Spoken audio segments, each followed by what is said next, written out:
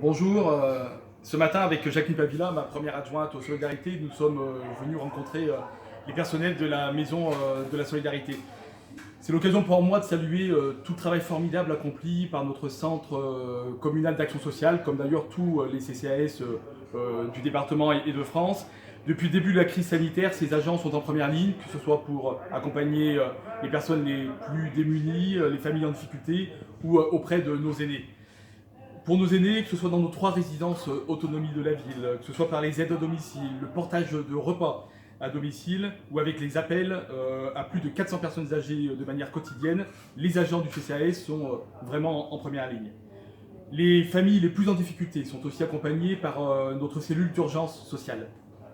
Elle reçoit environ 80 appels par jour, parce que nous savons très bien que plusieurs personnes se retrouvent désormais sans revenus, avec des revenus extrêmement amoindris.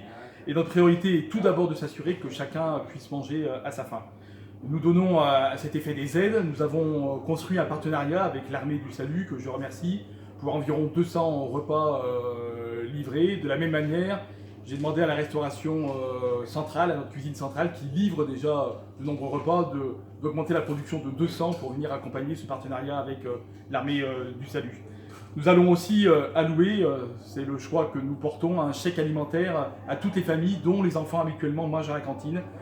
Cela permettra effectivement de rattraper le coût plus important de manger à domicile. Enfin, nous sommes en lien avec les bailleurs sociaux, dont certains, Pleine Commune Habitat notamment, ont fait le choix de travailler à reporter partiellement, totalement ou à étaler des loyers là aussi pour accompagner les familles en difficulté. Enfin, nous sommes aussi aux côtés des personnes à la rue.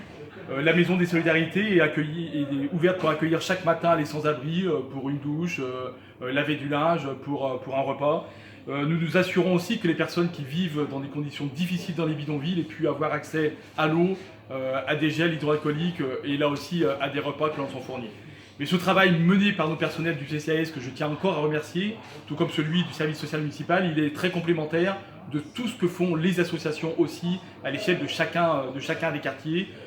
Et notre objectif, c'est aussi de faciliter ce travail des associations pour venir compléter le travail d'urgence mené ici. Voilà, en cette période de crise inédite, Saint-Denis, comme elle sait le faire, se met au maximum en alerte pour accompagner les publics les plus fragiles. Nous en aurons encore besoin demain.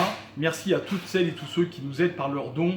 Et puis plus que jamais, pour sauver des vies, pour aider vos familles et vos proches, continuons à rester chez nous.